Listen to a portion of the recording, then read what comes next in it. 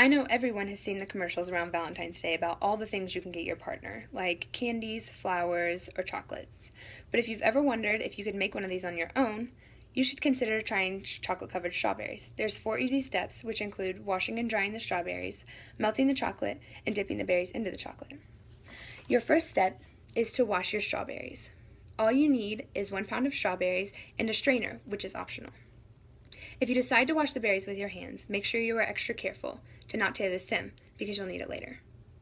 Common mistakes people make when washing their strawberries is washing them in warm water. Make sure you use cold water to keep them crisp and fresh. In washing and storing summer berries, Gordon states that you should rinse your berries directly before use, not hours ahead, because they can become mushy. After rinsing, your second step is to place the wet berries onto paper towels. The materials you need are paper towels and the berries you washed in the first step. I suggest placing 2 layers of paper towel under your berries to avoid any excess water coming through. If you decided to wash the berries with your hands, make sure you hold the berry, anywhere except the stem, and shake off any excess water. In How to Make Chocolate-Covered Strawberries, it says that drying is the most important stage, because if you dip a wet strawberry into chocolate, the chocolate won't stick and can result in uneven or chunky berries. Drying your berries before melting your chocolate ensures you will save the most time as well. Once your berries are drying, the third step is to melt the chocolate. The materials you need are a medium-sized bowl, a 24-ounce bag of chocolate chips, a spoon, and a microwave. Pour the chocolate chips into the bowl. In melting chocolate, it states that you should microwave your chocolate for no more than 30 seconds at a time. You should stir in between every microwave session because the chocolate heats quicker than it looks. There are many methods to melting chocolate, and in the article, Melting Chocolate, it suggests a double broiler or a pot. But the microwave is the best option in my opinion because you can check up on your chocolate frequently and make sure you don't burn it. There's a lot of variables that determine how long it will take your chocolate to melt, but it's typically 2 to 5 30-second intervals in the microwave.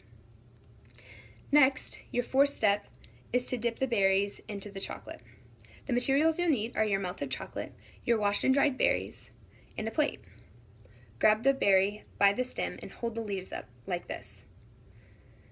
Lower the berry into the chocolate to cover it. You want the berry to be covered about 80% of the way with chocolate. If your berry is not covered completely by chocolate when dipped into the bowl, tilt it around to cover until you're satisfied. In How to Make Chocolate-Covered Strawberries, Michelet states that you should pull out your berry straight up and down and quick to avoid any chocolate strings following. Your presentation of your berries will be determined by how you place them on your plate. Make sure all excess chocolate has fallen off before you place your berries on the plate. Also, make sure your berries are not touching, because if they touch, they will be a lot harder to get apart once they're frozen. Michelet suggests 1 to 2 hours in a fridge to let the berries set. The cool air will help them to dry quicker. After the fridge, they're ready to eat. So, next Valentine's Day, make your own present.